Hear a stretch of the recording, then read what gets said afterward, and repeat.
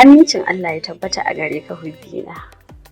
Linzami masarrafin doki, akala alƙiblar raƙumi, haske jin daɗin masu duhu sabon talaka. Ina fatan kana cikin aminci da salama masoyina. Baiwar Allah, ki gode wa Allah. Allah ya yi miki kyau, ya yi miki halitta wanda babu wanda zai ganki bai ji ya yaba ba. Duk mutumin ku da bai yaba ba, wallahi idan sa a makance suke. Inna. Na'am. Ni fa kwana biyu gaba ɗaya bana jin daɗi. Sai in ta mafarki kuma. Ba dole ki mafarki ba na ja. Ai ke ce mai yin mafarki ku a rayuwa yanzu. Haka kawai ba kaira ba dalili kin ɗauki jaraba san duniya kin saka na yaron nan a cikin zuciyarki? Me zai hana ki rinka mafarki? Masu iya magana kan ce duk abin da kika ga ya koro kwaɗo daga ruwa har ya faɗa wuta, to haƙiƙa wannan abin ya fi wutar zafi. Zai kawo nan wurina.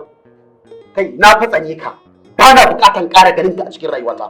Ba fa ƙaunar ka nake ba. Allah ya sa ma ba zuwa kai ka ɓata lokacin ka domin ka bani hakuri ba. Ni fa abin yana bani mamaki. Wannan bawan Allah da a ce arni ne za a sha fama da shi kafin ya karɓi musulunci. Ni na fi kowa sanin wani ne faru.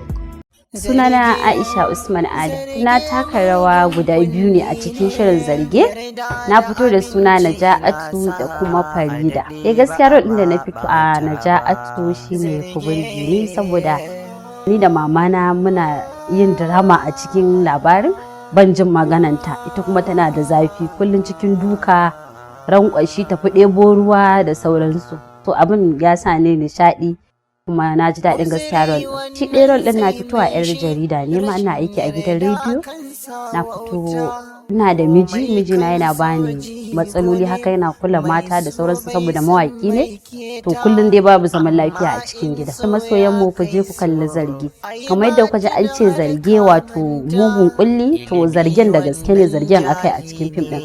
Lamari ne a kulle ba za ka taɓa ganewa ba sai ka kalla, kuma ku kalla za ku nishaɗi, za kuma ku fahimtu, za kuma ku samu ilimi a cikin labarin. To ina kira ga masoyanmu ku je Altaharib TV a YouTube channel ɗin. Ku je ku yi mana subscribing sannan ku danna ƙararrawa domin samun wannan shahararren shiri na mai suna zarge da zarar mun ɗora.